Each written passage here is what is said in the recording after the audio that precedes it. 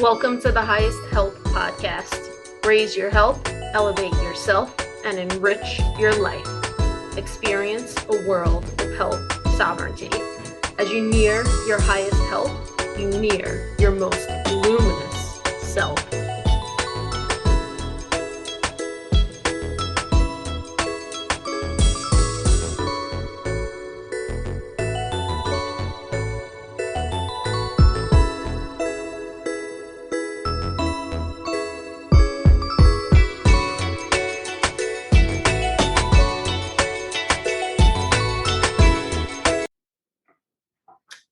Welcome to the Highest Health Podcast. Today's guest is Dorota Lewandowski, a rehabilitation specialist, to discuss with us injury recovery and prevention. She holds a Master's of Science in Kinesiology, concentrated in Cardiopulmonary Rehabilitation from CUNY Brooklyn College, a Double Bachelors of Science in Biology and Physical Education from St. Francis College in Brooklyn, New York, and an Associates of Applied Science in Polysomnography from Oregon Institute of Technology.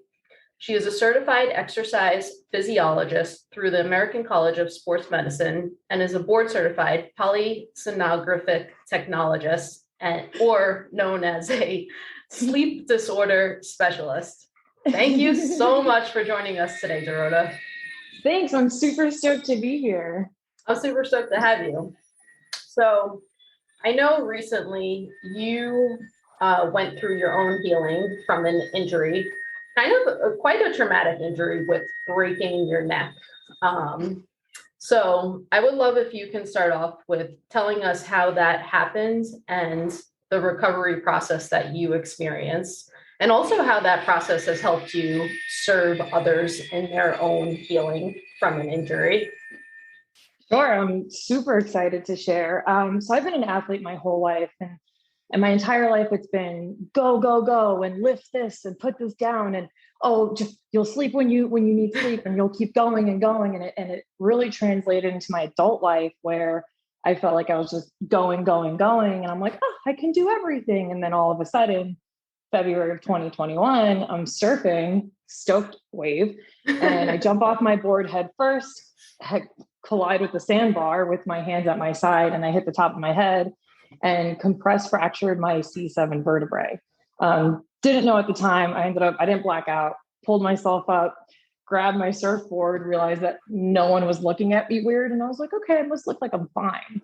So I take my surfboard, I walk out of the water, I walk up the beach a little bit, and I'm like, I've never broken anything before. So I have no idea what I'm supposed to be feeling. Maybe it's a muscle spasm. I look like I'm okay. And 5 hours later, my boyfriend picked me up. We ended up going home, showering. 5 hours later, we go to the hospital and get a CAT scan. Turns out it's a compressed fracture of my C7. Wow. I ended up getting transferred over to a trauma unit at UCI, University of California at Irvine. And they did an MRI, and I tore both my ligaments on the side of my spine, as well as my vertebrae was squished and then sliding into my spinal cord. So at the time, they were throwing around the word spinal surgery, and I was like, this can't be the option. Like you break something, or I've never broken anything. And that's the first thing you hear. And you're just like, this can't be it. So they end up sending me home, and I spent 9 days in a neck brace, went from bad to worse, went back to see my doctor after 5 days.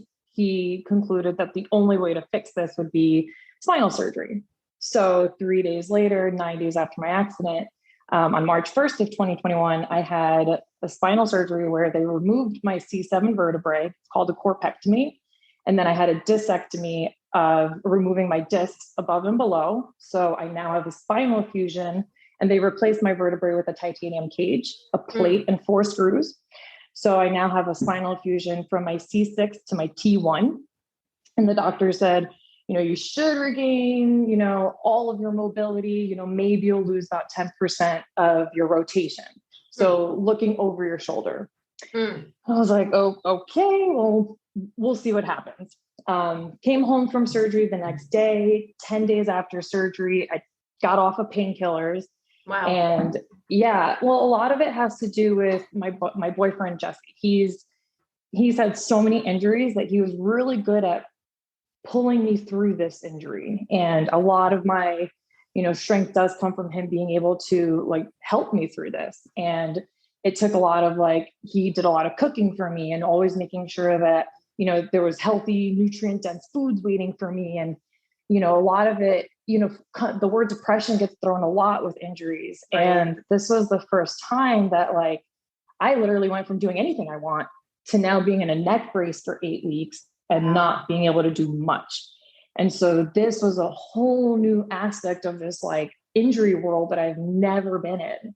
And he was really good at curating and making sure that I was going out on walks and just distracting me from, I guess, the depression. Because there was one time I'm laying in bed and I'm like, I'm a rehab specialist. I know what I'm doing. And I start looking at ways of like, strengthening my neck once I get out of my neck brace and all these things. And I'm watching this video and I start bawling my eyes out.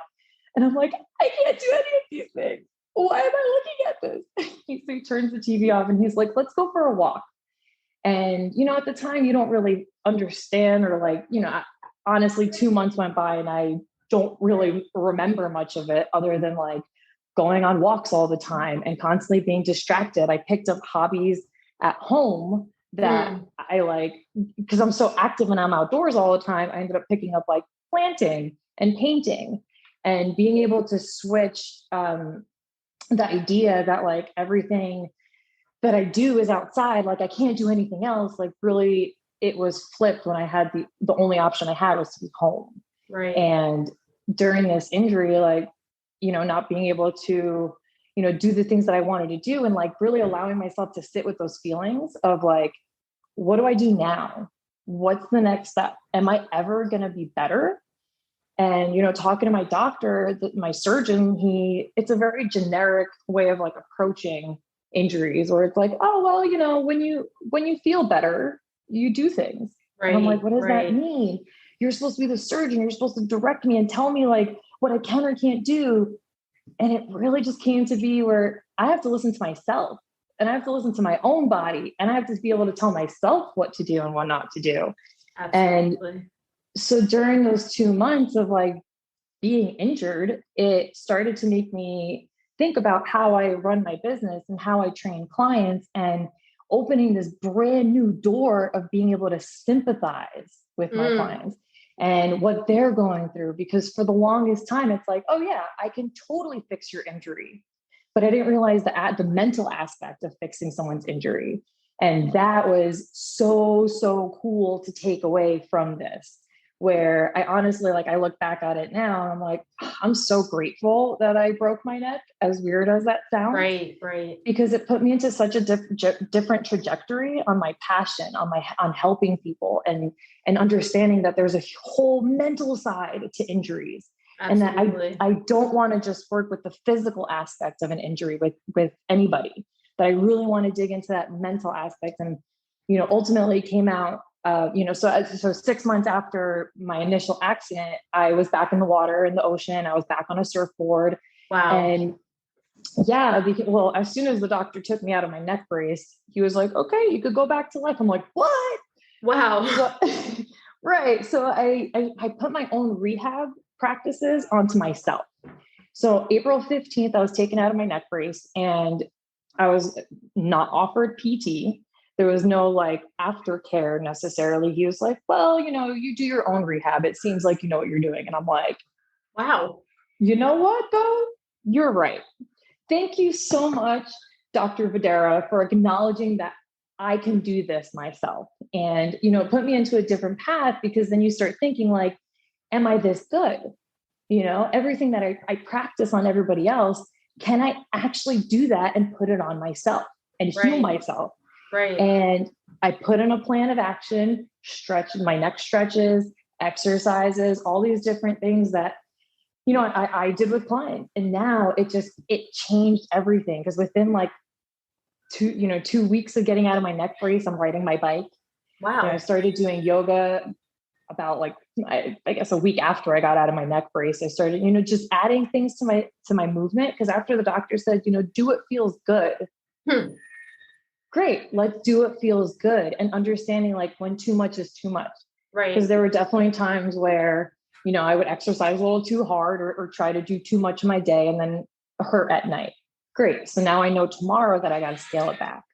And so everything that I did for myself, it was so nice to be able to paint it into the business and into like the idea of like not only helping athletes, but helping everybody, Right. and helping everybody through injuries and through the mental aspect of injuries. And just because I was an athlete my whole life doesn't mean that this is the only area that I serve.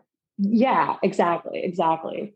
And that there's so many other people that are going through similar issues as me. I mean, honestly, breaking your neck with what I was doing on it, it can happen to anybody. Oh, absolutely. So many household domestic injuries happen. I mean, I could rattle off a ton, but one that just comes to my mind is new moms with their babies, juggling everything, going around the house, doing everything that they could. And they're sleep deprived. They're sometimes juggling work and a new baby, and running around the house. They can just fall and break a wrist or break an ankle. And it's so much when you bring up moms and doing all these activities with their kids, like you need to be mobile to do that. You need to be able to bend. You need to be able to stand. You need to be able to move quickly to get about and follow the kids around. Absolutely. So it's all about functional movement, is all just about moving better and being able to do the everyday activities, injured or not. A lot of the time it's muscle tightness. And like one of the things that I love to focus on is injury prevention, how we can prevent these injuries from happening. Absolutely. And so what I love to do with my clients is I put them through a movement assessment. Before we start anything, let's see how you're moving now. And, sometimes I get clients who are like, oh, but it's my ankle that hurts. Why are you checking my shoulder mobility? Well, the entire body is connected. I need to see what's going on from head to toe so I can make a whole analysis, because it's a puzzle piece. Right. You're trying to figure out everything, because what's happening at your ankle joint could be because your shoulder's tight. And so being able to analyze these things before an injury happens, I think is key to a successful life. Like, I love working with the injured athletes, but I love working with people who are trying to become stronger and not get injured. Right. Yeah, there are no isolating parts. So I love that approach to your service. And I got to tell you, Dorota, this topic actually hits home for me, because I saw my mom suffer her own injury just in the house, going from we have these spiral staircases in our home in Brooklyn. And she went from the second floor down to the backyard, and she was bringing laundry down to the basement. And cold winter day, dark out, bag of laundry, slips and shatters her ankle, suffers a shattered ankle, had several surgeries, and unfortunately never made it through. She suffered multiple infections, of course, went into a depression, because with the shattered ankle, it's really hard to do everything you love, which is something you've experienced. So I'm so glad that you serve the mental and emotional aspect of injury recovery too, because I've seen her not only suffer from the physical, but also the emotional and mental aspect of it. It's hard when you get such a spirited person, and even just anybody going through that, they're subject to that vulnerability. But yeah, anyway, long story short, it never healed, the infection spread, and she passed away. So it's really powerful, the work that you do serving individuals from injury recovery, because I imagine if she had someone like you in her life, her trajectory would have been different. Totally. I'm so sorry to hear that. That's a crazy story. I know, it's pretty wild, but it's helped me grow in so many ways. And I think I've learned so much from it that I never would have learned if I didn't experience that. Similar to the way that you've broken your own neck and learned this whole other aspect of yourself that you probably would have never discovered if you didn't go through that.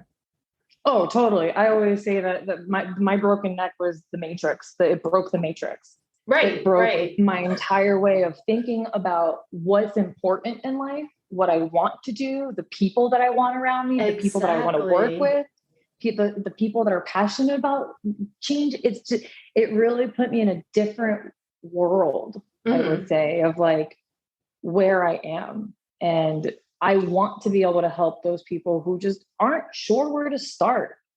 A lot of the time it's like, oh, I feel achy and, I'm just tired. Well, you know what? Did you stretch today? Did you recover? Has anyone ever told you about recovery? Do you know what recovery is? Right. And a lot of the time people are constantly pushing, oh, exercise is a movement and this. And it's like, hey, let's back up a little bit. How about we give your muscles a break? How about we relax the muscles first so we can create exercise and we can create the movement? And that's where a lot of the focus of mine has become is recovery. The way I feel good with my neck, because it's been 14 months now since I broke my neck. And, I still have residual muscle aches when I go too hard. And, now I'm back to doing all of life's fun activities. But I know that if I don't recover, that it's going to hurt. And, right now I'm dealing with a torn labrum in my hip. And last year, I had a steroid shot injected into my joint. And my doctor was like, oh, great. Well, the only other option you have is surgery. And we'll just tape that labrum back up there and you'll be off your feet for 6 weeks. Wow. Or if you want to keep getting steroid shots, those work too. And I got the steroid shot, worked great. Lasted me for about 6 months, played kickball, did all the fun things. And then it wore off in January. And it was the most excruciating pain I've ever been in. I couldn't walk. Man. I couldn't do my fun activities. And I kept thinking, like, where is this coming from? And then it like clicked and I was like, oh, the steroid injection wore off. And now I'm in pain. So now I'm dealing with going to the doctor every 6 months to get some Band-Aid. And there has to be a better way. Right. So I went in to go see my doctor for my hip. Not only when I walked in there, did he not have a clue of why I was in there, which I feel like is so common amongst, traditional doctors where you walk in and they're like, oh, what are you here for? And it's like, you didn't read my chart. Right. And then there's no rapport between the client and the practitioner. There's not a relationship developed. No. And you see someone different every time you visit. Right. And they don't look at your back notes. And so now that I've already had a steroid injection, I already know what's going on with my labrum. He starts telling me, oh, this is what a labrum is. He goes, I'm sure you Googled it and you know what a labrum is now. And I looked at him and I was like, excuse me? Like, I just told you that I'm an injury prevention and rehab specialist and you're going to mock me and tell me that I Googled it? Wow. Yeah. And then he tells me, the only option is surgery. And so since then, my boyfriend's always telling me, recover. That's his whole thing. And I'm like, yes, got to get on recovery. I've started foam rolling again, my quad, my IT band, my back, my calves. I walk 3 miles every single morning under 30 minutes. And if I recover correctly, I have no pain. Wow. I don't deal with any issues. Recovery. Right. And so I'm constantly saying, you know what? Sometimes we don't need to load the muscles. Sometimes we don't need to lift heavy weights. Sometimes we need to take that step back and love ourselves a little bit. This is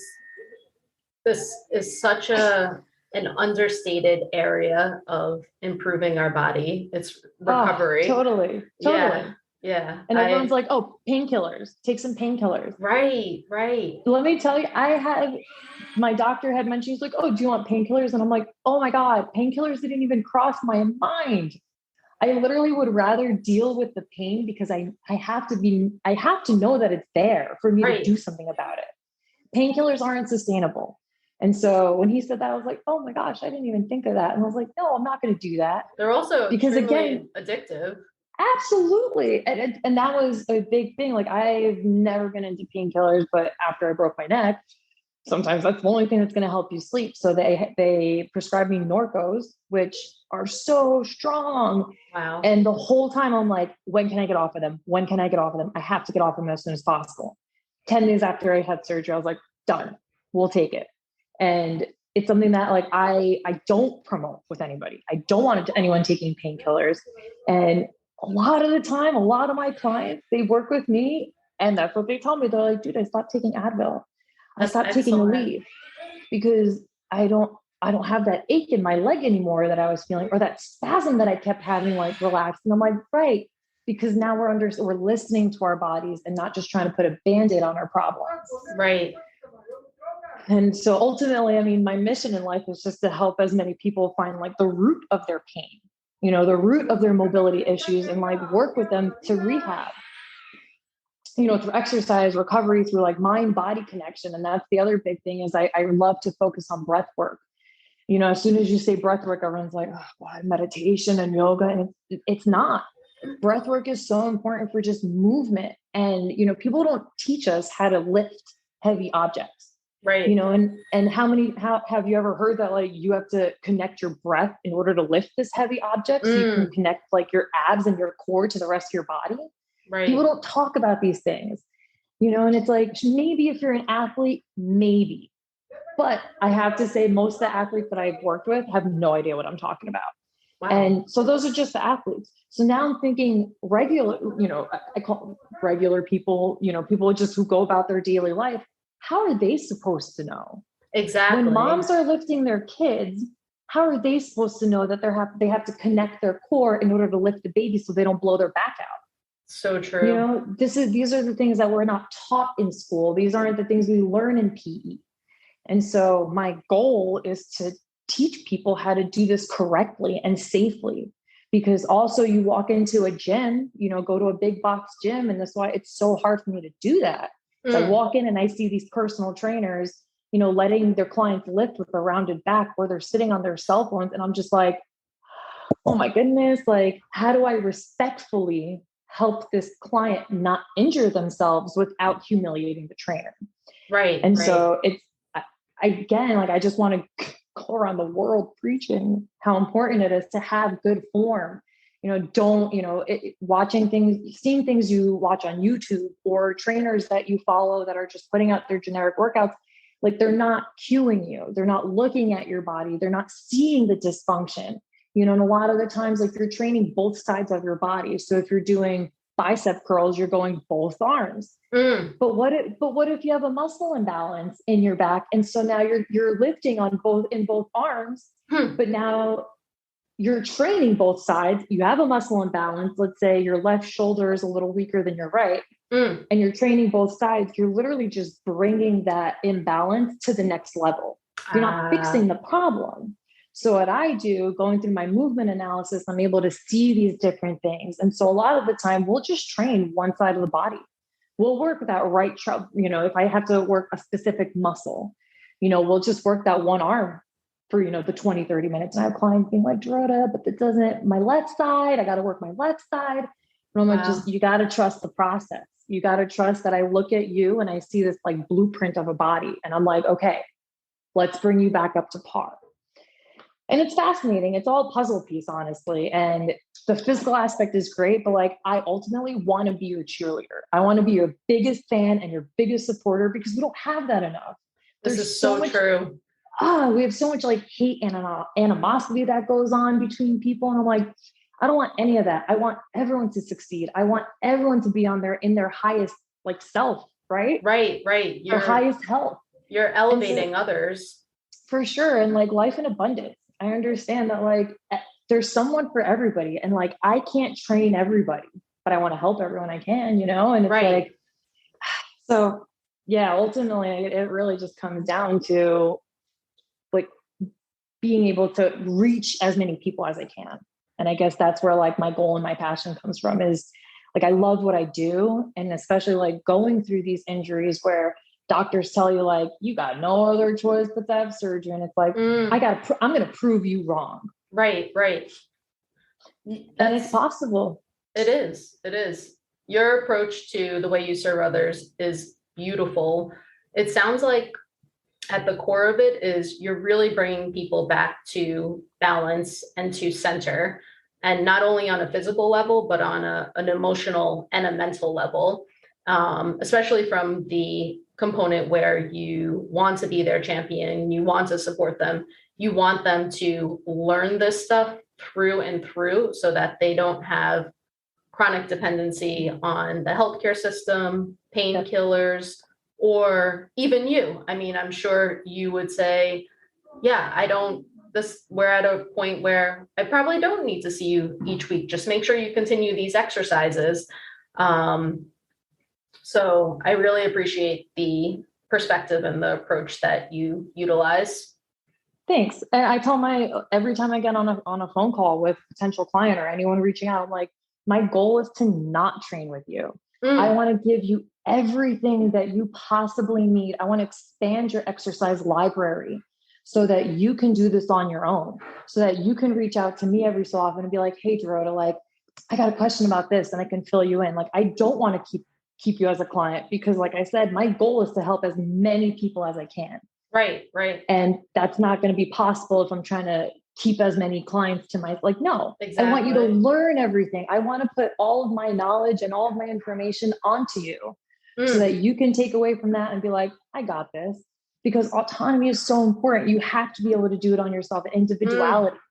Like, I love that you can rely on me and like, I got the energy to give. You know, my clients get so much of me and it feels so good because I understand, like, I see the retention and I see the eyes popping and the, oh, that makes sense. And the clicking. My favorite is when they finally put things together and it clicks. Love that.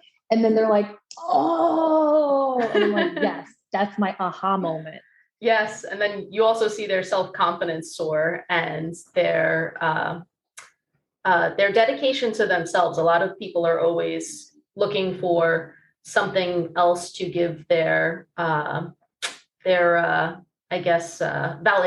to. They start self-validating and improving themselves via self-validation. Yeah.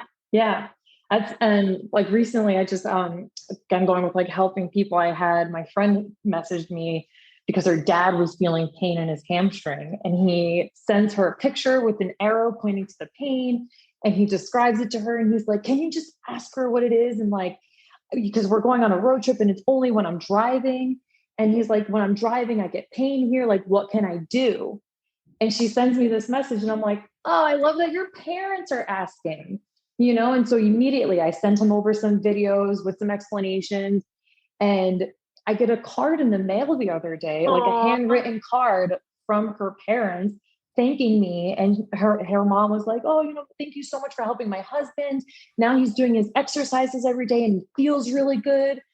And like that, I teared up. I'm like, how do you put a price tag on that? You know, it's like, I just helped my friend dad, you know, and like, that feels so good because I want to give back to everybody. And like, I'm so happy that my friends reach out to me and it's not just athletes. Right. You know, right. It's everybody. Like you said, like moms, like are perfect. Like being able to connect this to moms is huge. And a lot of the time, like, you know, you're not sure as a mom, like what kind of training you should be doing, but I'll tell you, everything that you're doing with that baby should be strong. You should have a strong back. Your glutes, your butt, you know, needs to be strong in order to hold you up and do a lot of things. And people don't, you know, people are like, oh, they want to work out their butt. They want to work out their butt and get a bigger butt. I'm like, do you know that your butt creates a lot of the stability in your body? And that if you have a weak core, that will diminish a lot of like the control you have in your spine. Like, so a lot of what I do is like, I retrain the neuromuscular system too, because that's the system that controls your spinal movement. Oh, tell me more about your core and your hips. Right. And so a lot of my movements, like we exercise, we work out in my sessions, but a lot of the movements are controlled, a lot of holds, because there's a purpose to every exercise. And I want to stress your central nervous system into understanding that we're going to move differently. Because if you're doing the same kind of patterns, you're lifting the same way, okay, great, this is what we do. And now all of a sudden, we're switching it up. Now we're putting a resistance band on. Oh, we're holding something heavier. And now we're just going to hold it. And now your brain is going, okay, what is this? What am I doing? My muscles are quivering. And it starts to, once you start doing it more often, you start to reprogram your brain into functioning differently and moving differently. Absolutely. And this is possible. And it's the field of neuroplasticity. Yeah. And then, so with that, I emphasize on like, we got to slow your movements down. You know, a lot of people are doing HIIT classes. Great. You know, if you got to get your heart rate going, sure. But have you ever thought that you're going to sweat just as much by like holding a weight? I guarantee, like, it's possible. And I'm there and I do it. And it's a beautiful thing when you can start like naturally changing movements. For example, like when people walk, pigeon-toed is a good one. Pigeon-toed, it's like, oh, it's just how I've been. It's when, when your toes point inwards as you walk, a little bit more descriptive. And so everyone's like, oh, it's just how I walk. It's how I move, so I analyze your gait. Your gait is how you walk and how you carry yourself, which is super important because it tells you a lot about what's happening with your muscles in your body. And so pigeon-toed, I'm like, oh, we'll work on foam rolling the calves, the outside of your shin, actually, your IT band, and we'll strengthen the glutes. I've had clients come to me and they're like, Dorota, I don't walk like I used to. My entire life, I've walked pigeon-toed. Wow. And now all of a sudden I don't. And I'm like, oh, that's the neuromuscular reprogramming. We're doing such specific exercises that now it's just opening up a whole new door, and your brain's like, oh yeah, I'm strong in these areas where I don't walk like that anymore. And naturally your feet start to face forward. Wow. So yeah. And so again, like I love just watching movement. I love it. It's tough because I walk down the street and I'm just, watching how people move, and I'm like, ooh, they got tight calves. Ooh, their hips are a little off, and that left hip, so it gets a little, I guess, neurotic, but it's fun. It's so fun. And it's so important to be able to do this. I'd love to work with more people who are trying to prevent injuries. Right. Yeah. So, I mean, you've discussed a lot of this in already what you stated via body analysis and analyzing gait. Do you have some practical takeaways for listeners to prevent injuries, whether it's mobility, or I'm sure you have a lot, and it depends on what they're trying to do, but anything that you can share? Sure. Yeah. Listen to your body, please. Don't push past limits that don't feel good. Right. Pain, they all say pain is weakness leaving the body. That's like a famous quote that goes around, but pain is where you get injured. Pain is like that threshold where like you should not be. Granted, sore muscles is a different sort of pain, but when you're going through your exercises, once you start like actually feeling pain, you need to pull back and stop. Slow it down a little bit. Take it back. When you're at the gym and you feel like, oh, maybe I should be adding 10 pounds because the guy next to me has 10 pounds on. Well, he's not you, and like, yes. You got to listen to your body and what you need to be doing. My favorite. A lot of people don't understand what activating your muscles means before you start exercising, which literally just translates to turning them on, waking them up, being like, hey, tap on your butt and be like, it's time to work. It's time to move. Because if you just go from, okay, I'm here now, and then all of a sudden I'm out and I'm going surfing, the chances of injury, you're shocking your body, you're shocking your joints, you're shocking your muscles. And so now we're going. So activating your muscles is, simple exercises. They could be, let's say like a side walk, to activate your glute muscles. Okay. Or if you put a dowel, let's say broomstick across your shoulders and, you turn your side to side, or hold a broomstick down at your side and you're going to raise it all the way up above your head to activate your serratus anterior muscle. I like that. Yeah. And it's little things with turning your core on, a lot of connection, like I said, mind body connection. Right. If you put your hands on your stomach and you flex your stomach, and you push your fingers outward, place your hands on your stomach, and then you're going to tense your stomach, and you're going to act as if you want to push your fingers out of your body, right? Yeah. That's called a core connection. So I work a lot with my clients on connecting your core, because your core is the central of your body. If you connect your core to your legs, you'll be stronger. If you don't connect your core with your legs, now you're putting all the pressure on either your knees or your ankles. So a lot of our movements get filtered through the core, through the glutes and the hips. And so connecting your core before you do exercise, before deadlifting, before squatting, you should never have your ribs flaring that's a big one that I see, is having an arched back.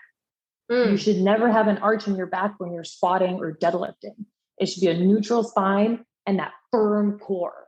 And if you're lifting without that, the chances of becoming injured is extremely high. In fact, I see it all the time. Herniated discs. Yes, absolutely. I read a comment on your Instagram, or you had posted about somebody lifting at work and having to lift more than they should and having a herniated back and not being able to address it with their boss, because it's looked at differently. Well, we need to normalize saying no.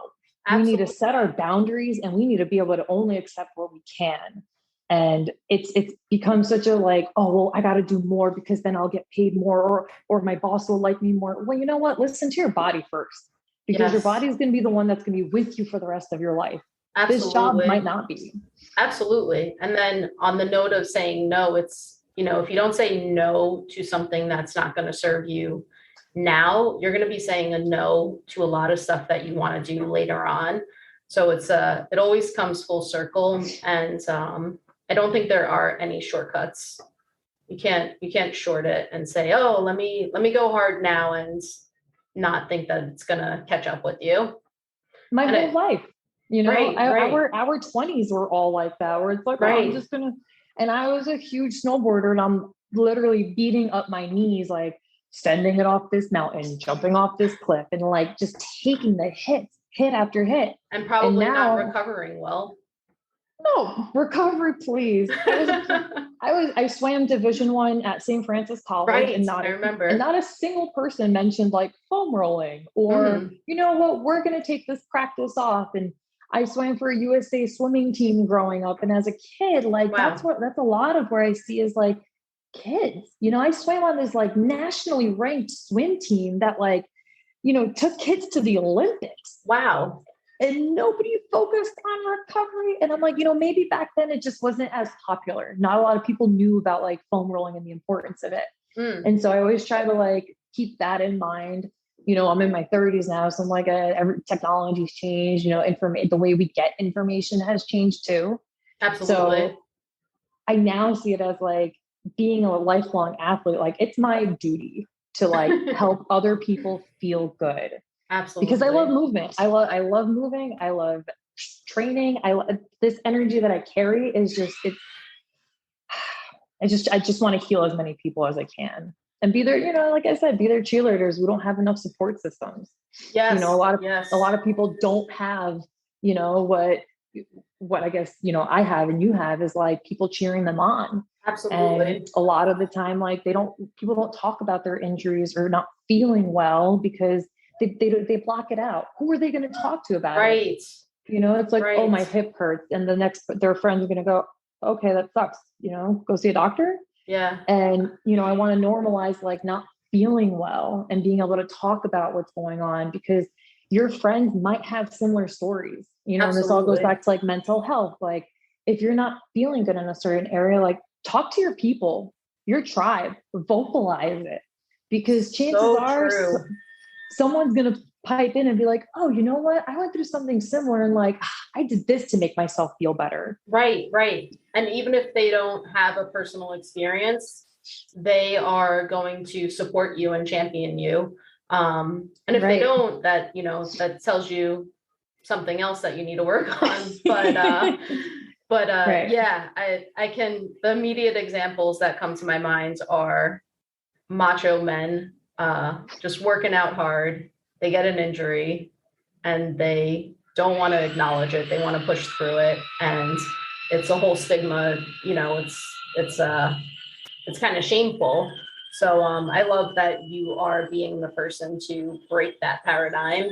And I love your infiltration of breath work, meditation, and just having these discussions with clients, because sometimes all it takes is for your client to have awareness of these other techniques and options. I know a simple example with me is I hurt my shoulder. I don't know what was going on, but I was in the sauna for 45 minutes. A day later, I was like, whoa, where did that shoulder pain go? I never came back. It's been months now. But simple things like that. And And all I did was sit in the sauna and sweat it out and essentially relax my muscles, I'm guessing.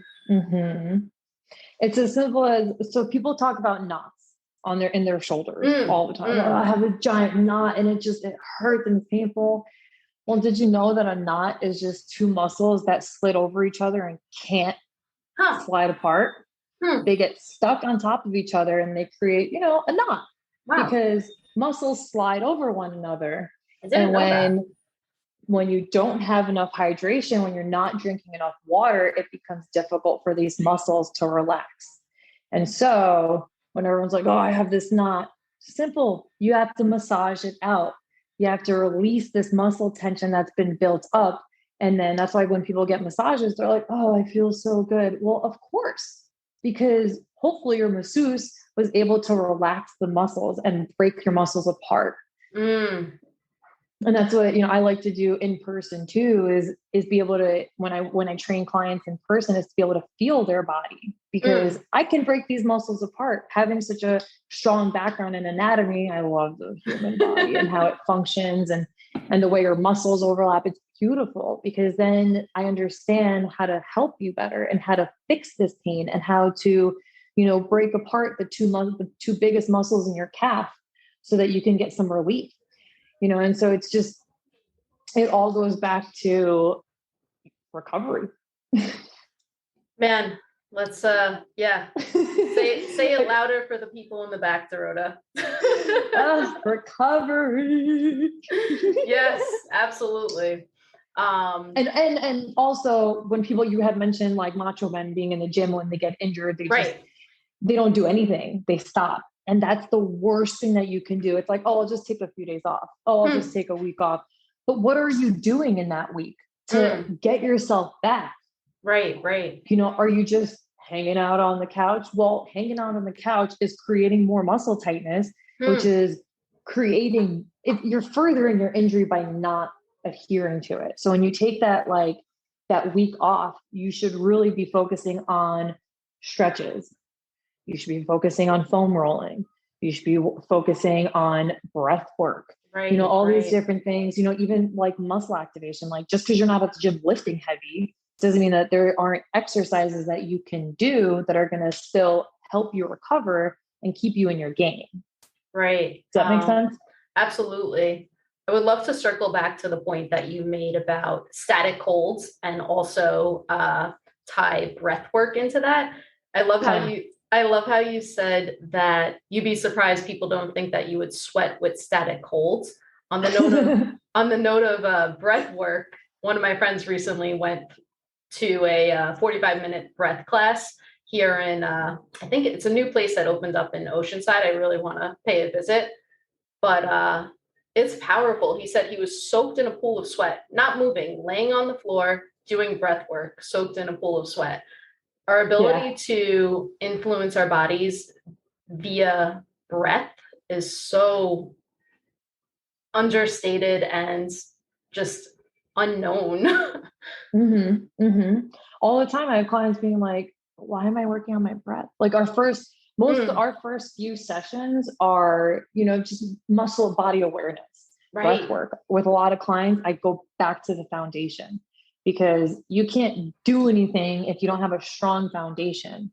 So I get it. I get breath work into everybody. And I have clients all the time like, but what is this going to help me through? And I'm like, don't worry. I will educate you through it. I will tell you exactly why we're doing this particular breath work exercise.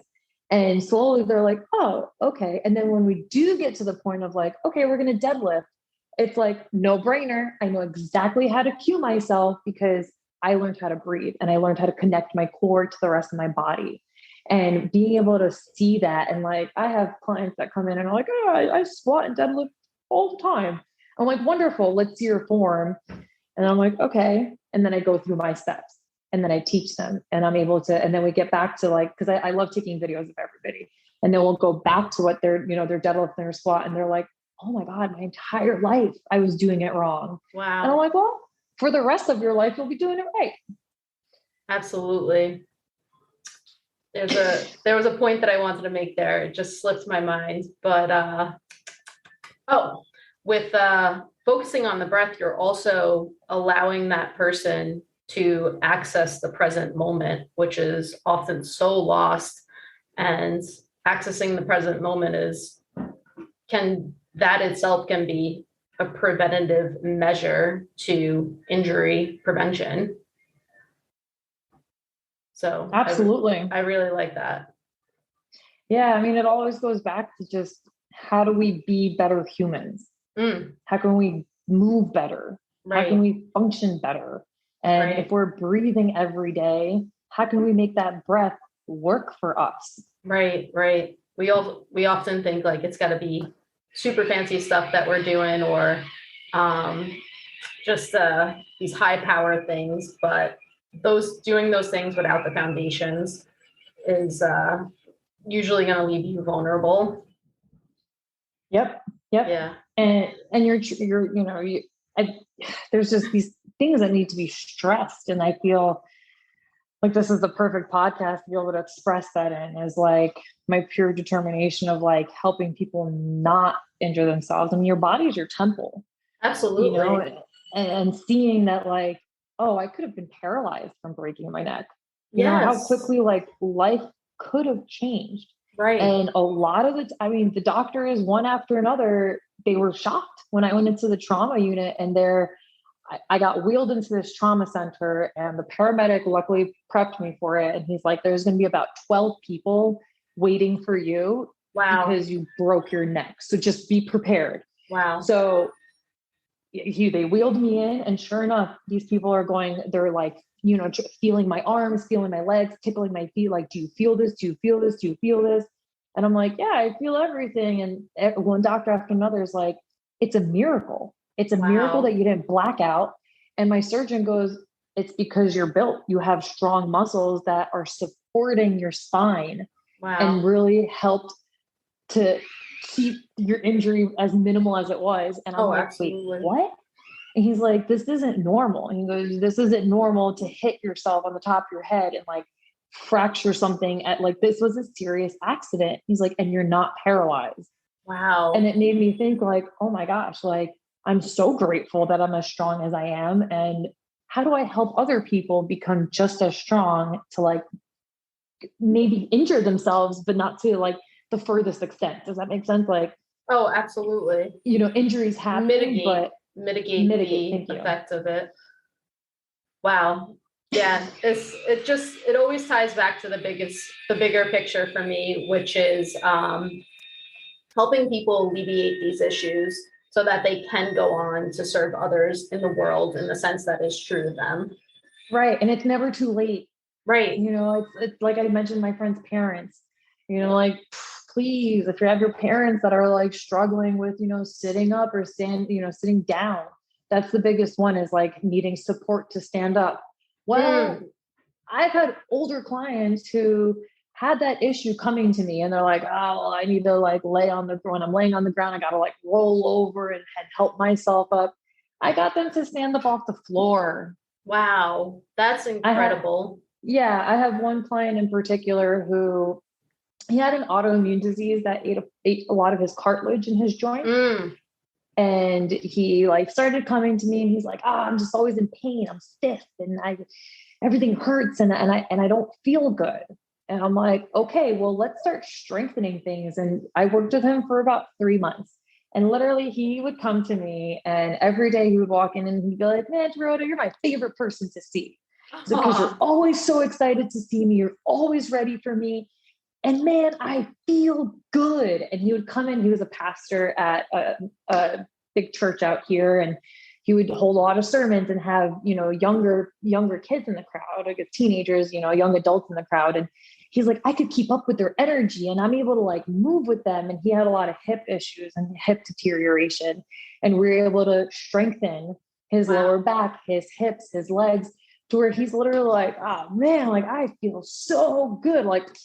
And like seeing the progression in his attitude was the biggest way of how I knew that he was just feeling good overall. Was like That's him fantastic. coming in and like his, like I'd watch his like strut when he would walk in to see me, and I'm like, damn, Brian, I'm like, you look at you go, you're like skipping over to me. And And it was dedication, coming to see me 2 times a week, every 2 times a week, every week he was there and he was showing up and he did the work.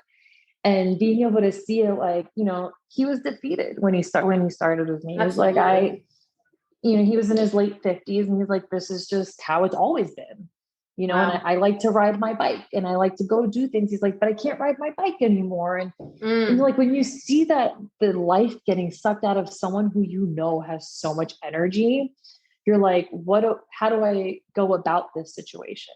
Exactly. And being who I am, it's like energy driven. If I bring forth the energy into our sessions, like, I know it's going to make a difference and you're going to work harder. And like, just seeing him like blossom, I want to say, because it was so beautiful. Like, it really stuck to me, Yes. just like for you to be able to like squat and stand up. And like, we know that you have an issue. We know that you naturally like lose cartilage quickly. Like, we understand that. We're able to work through that. It's not a limitation anymore. And the whole time you came in, it's a limitation for him. Like, I just can't do it. I can't do it because it hurts. I can't do it because it hurts because I don't have cartilage. It's because I don't have cartilage. I'm like, well, maybe it's because you didn't stretch properly. Maybe it's because we didn't let those muscles relax. And sure enough, like 3 months rocking and rolling. And I'm like, this is what I mean. Like, yeah. And you also changed the psychosomatic component to it where, he's thinking, no, it's because of this. And that's my limitation. I'm attached to that limitation. And you were able to break that paradigm for him. And there is a portion of injury and just healing that's so tied to the thoughts that we're thinking. So you're working, reprogramming all of that is just essential. Yeah. Thanks. I've learned that it is too. And again, like, you feel my energy. Like, I just want to, I'm this person for everybody, and yes. It's just what it is. It's like, I'm this person for myself. And my biggest thing is like, I need to show up for myself with this energy. And once I started doing that, it was like, oh, no brainer. Like, I'm just who I am through and through. And like, putting it onto my clients, my friends, anybody that I talk to, I'm like, it's a mental health thing, man. Like, and training should be fun. You shouldn't wake up and be like, oh, I have to go work out today. It's like, no, I am strengthening my body. I am like putting forth my best foot, and I'm going to be stronger because I'm going to live forever. Absolutely. It's always like my little pick me up is like, I'm going to live forever. How do I make that happen? Or live healthfully, like improve your health span instead of just your general lifespan. Because there are so many people just living, but not actually alive. For sure. Sure. That's why I quit the rat race in the corporate world. And I said, I'm going to do it on my own because I want to do my thing. Absolutely. And not put limitation on what I can do. Right. And really, like, with these years of experience, working with so many different like types of people, it's like, oh, now I bring forth this like incredible package of like just working in so many avenues, where now being able to do it for myself, it's like, I get to pull in a little bit of this, a little bit of like this, and here we are. Absolutely. Yeah. Your service can be as creative as it needs to be to serve others and improve others. Okay.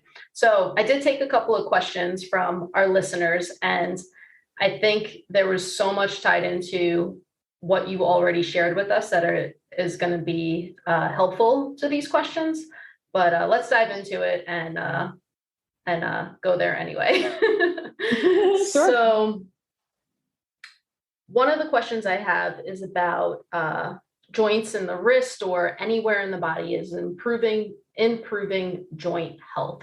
One of the examples is a listener broke his wrist a year ago and is still experiencing pain and limitations from it. Any suggestions? Well, I would like to know if they're doing anything for it now. I would love to know if there's any recovery happening. So a lot of the time with small joints, wrists in particular, they're going to take a long time to heal simply because we're constantly moving them around. But you have muscles attached to these wrists. Mm. So if you start to foam roll, I would say your forearm, a lot of people call it tennis elbow or golfer's elbow, where you get kind of some tendonitis up in your elbow region. I would start by foam rolling your forearm, really lightly. You don't have to go super hard, but if you have a lacrosse ball, a golf ball, even a tennis ball, honestly, kind of rolling it across your forearm, as well as your shoulder. So where we get all those knots in our upper traps, I would start with foam rolling that. Because if you're still having that pain, I'd be like, okay, well, let's see what's going on around it. Let's see if we can loosen up the muscles that are supporting this joint and move from there. Excellent. There's a lot of strengthening exercises that you can do. A lot of them are as simple as like squeezing a ball, because even though you think you're working your hand, you're working your entire wrist. And wrist exercises don't mean you have to go in all planes of motion, because if it hurts, why would you go in all planes of motion? Let's work above and below. So let's work the hands, because even if you just open and close your hand, you're working your wrist, but not having to go into circles where, your pain. And so I always tell people, like, if you're feeling pain in certain areas, like, don't push past it, but let's address above and below. So let's recover and release the forearm, and let's strengthen through the hand.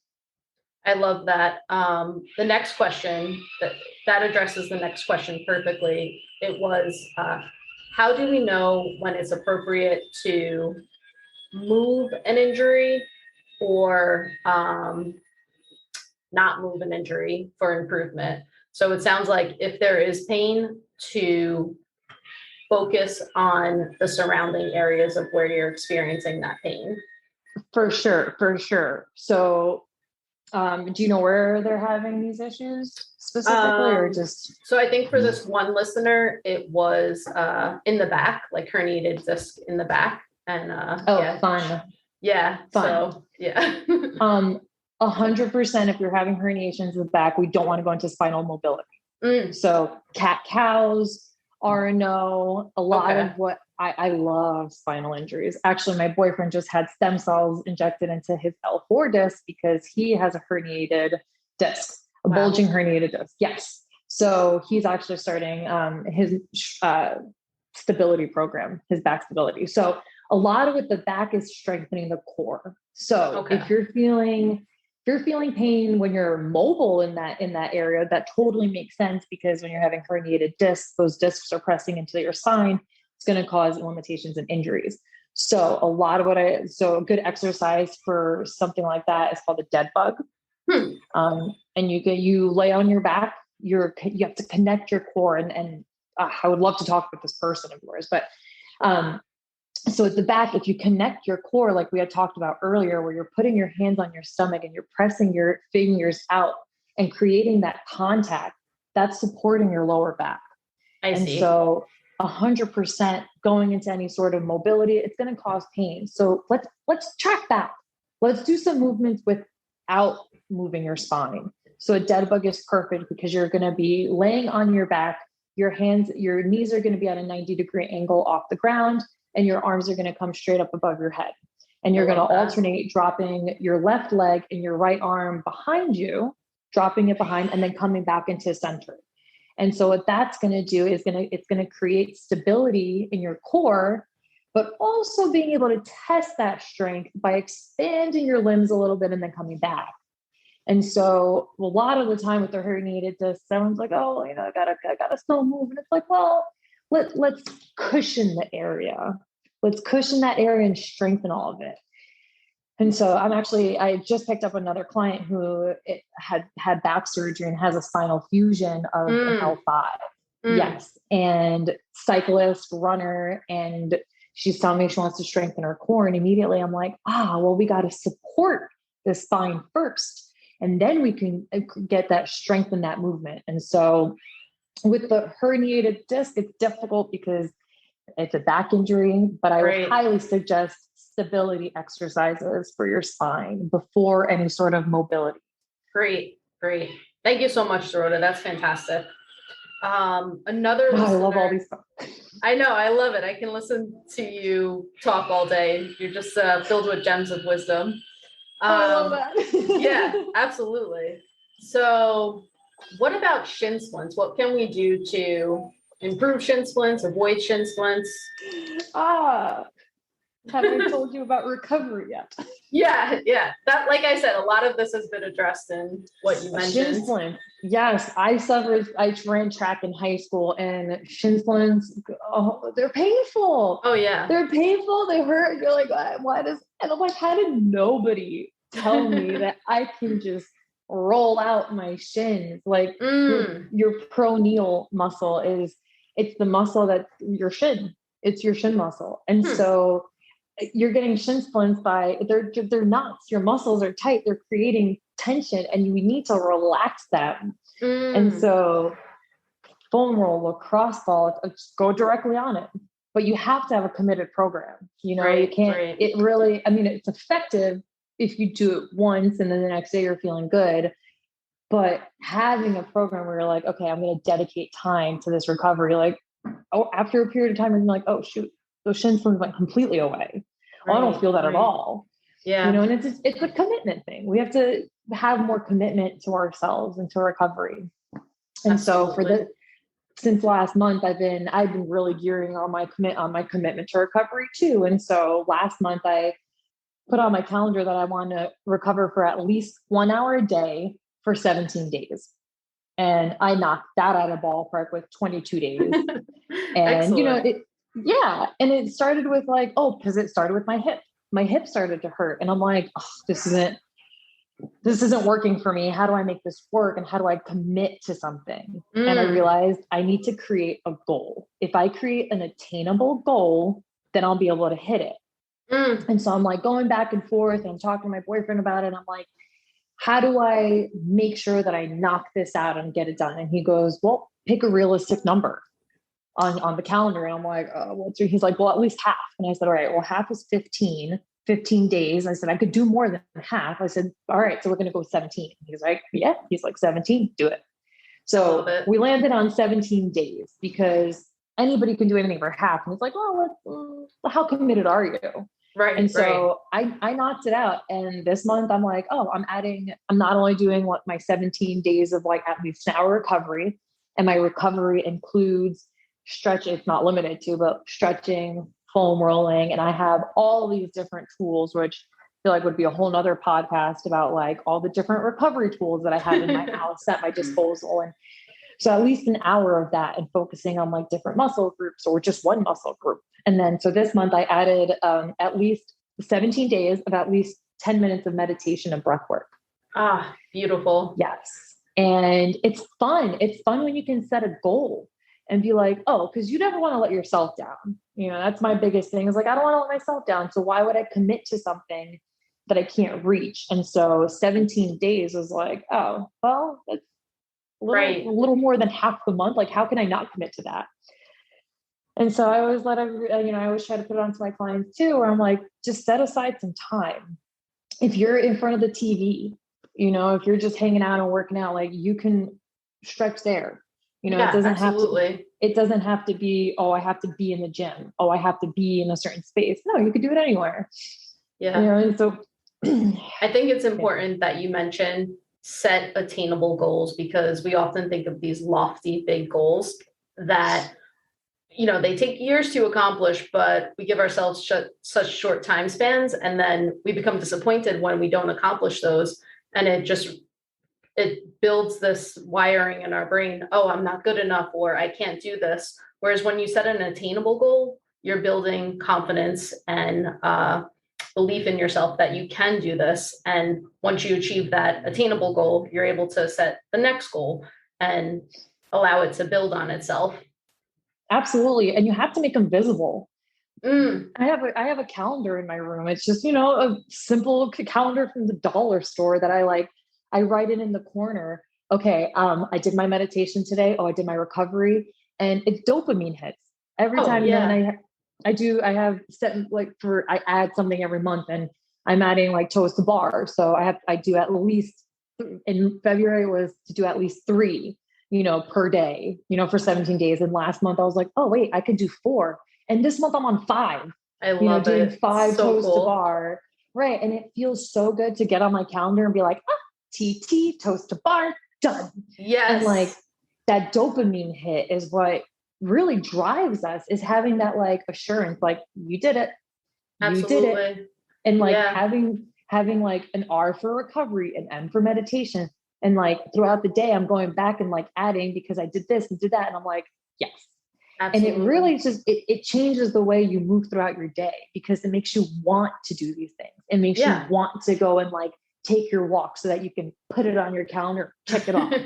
Yeah. And at the end of the month, you add them up and you're like, oh, look at me. I did it. What am I going to do for next month? How am I going to make this even better next month? Right. 2022, my words for this year are discipline and adherence. And this is my theme. Every year I have a theme. And this year I'm revolving myself around like my discipline and adherence to a schedule and commitments and things like that. And, recovery's right there in there. It's like adhering to a recovery schedule and like discipline. How many of us lack discipline? Oh, so many.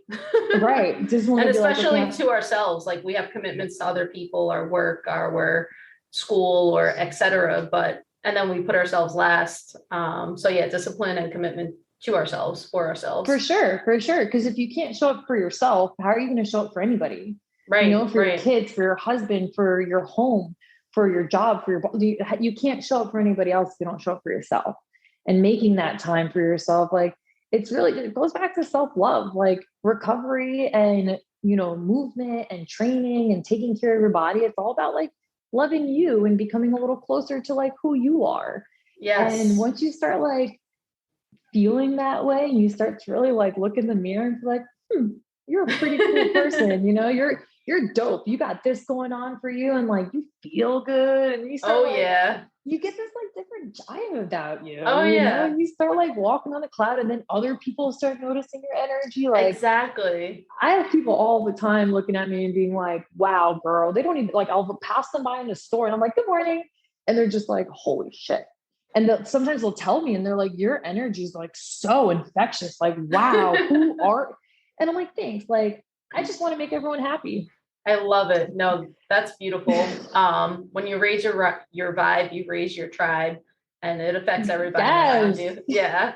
And then to tie back to recovery, I think it's also important to state that recovery also lowers our cortisol, our stress, which is only going to improve our healing and speed up our healing significantly, because when our stress is high, our healing is low.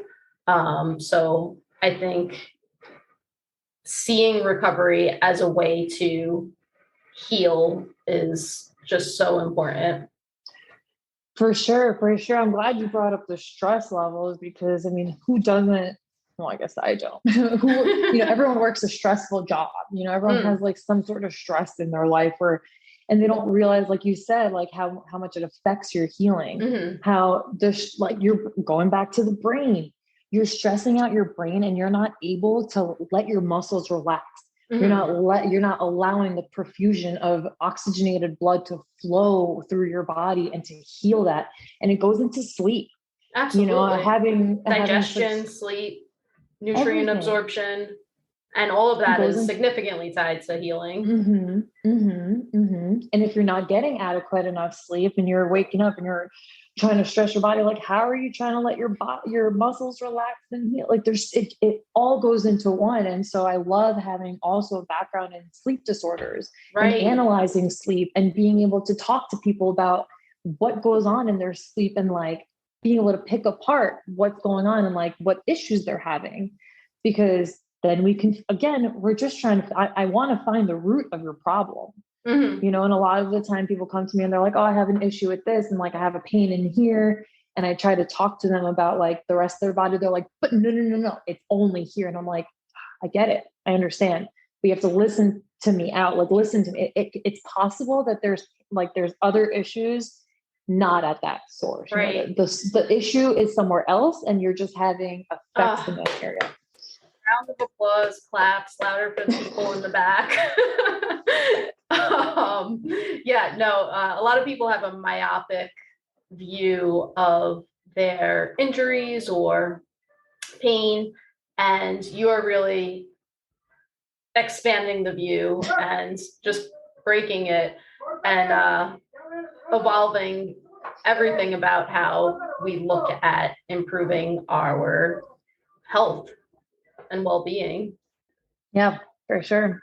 Yeah, I would say you're so much more than a rehabilitation specialist. I think that term is doesn't do you justice. Oh, thanks. I always try to bounce around of like what I actually am. I don't know if I've actually really figured out my title. And because you're right. I do so much and I help in so many different ways. And I'm like, I don't know how to put this in a word that makes sense.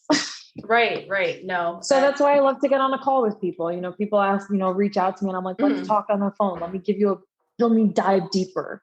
And and like I said, I'm very like in with my clients and people who reach out, like I love getting on the phone. I love being able to like dissect your problems and talk about it.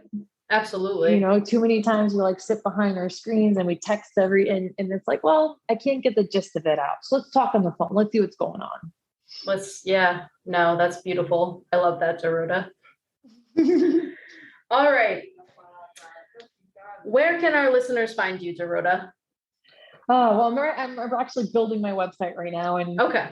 For someone who has absolutely no business experience, it's a slow process. It's difficult when you're trying to like help as many people. And then you're like, oh, I got to do business work. So I'm building my website right now. You can find me on Instagram at Plateau to Peak. And I have a link to my link tree where you can send in an application, fill out a few questions, just so I have a general idea of what's going on. And then from there, I'll hop on a call. Or you could direct message me on Instagram. I get back to all my messages. If you start following me, I'll reach out to you as well.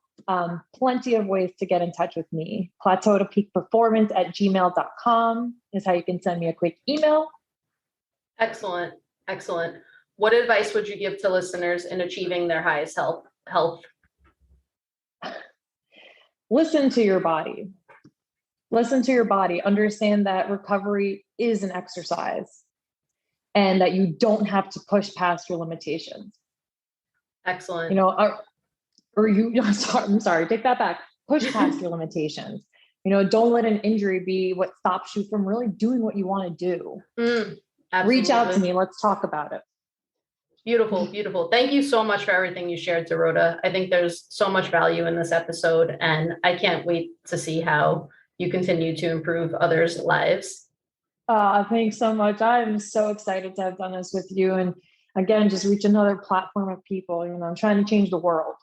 Absolutely. And it starts with more people coming and reaching out to me. So I'm very excited to be on this journey, and this passion of mine is just, it's beautiful. It's beautiful to have found what I'm good at. Right. To be able to help others. You're living in your most authentic self and working in your most authentic self. Yeah. I love coming to work. I love coming to work, and I love clocking in. Yeah. I mean, work just takes a totally different meaning when it is so passion and purpose driven. Absolutely. And, I hope everyone can find their passion and what they're good at and what they can help serve the world with. Right. And it starts with healing themselves and addressing any health issues that they have, so that they're not focused on, or operating at a potential below what they're capable of. I feel like so many people are burdened by health, and their true calling is never actualized because they're dealing with their health. For sure. And keep in mind, your body will never fail you. That's why connecting the brain to your body is so important, because what you think is going to be directly correlated with how you feel and the energy that you give out. And so we got to backtrack. Let's start with the brain. Let's reprogram how we think and how we talk to ourselves. Man, I love that message. So impactful. Yeah. Well, All right. that's what we're out here to do, is make an impact. Absolutely. Absolutely. Shift the paradigm, break the paradigm. Yep. Thank you, Dorota. I'll catch you on the other side. All right, sounds good. Thank you for listening to Highest Help. If you gained value from today's episode, leave a review, share with a friend, or post on social media. If you're interested in achieving your highest help or already pursuing it, send me a DM. I'd love to hear from you.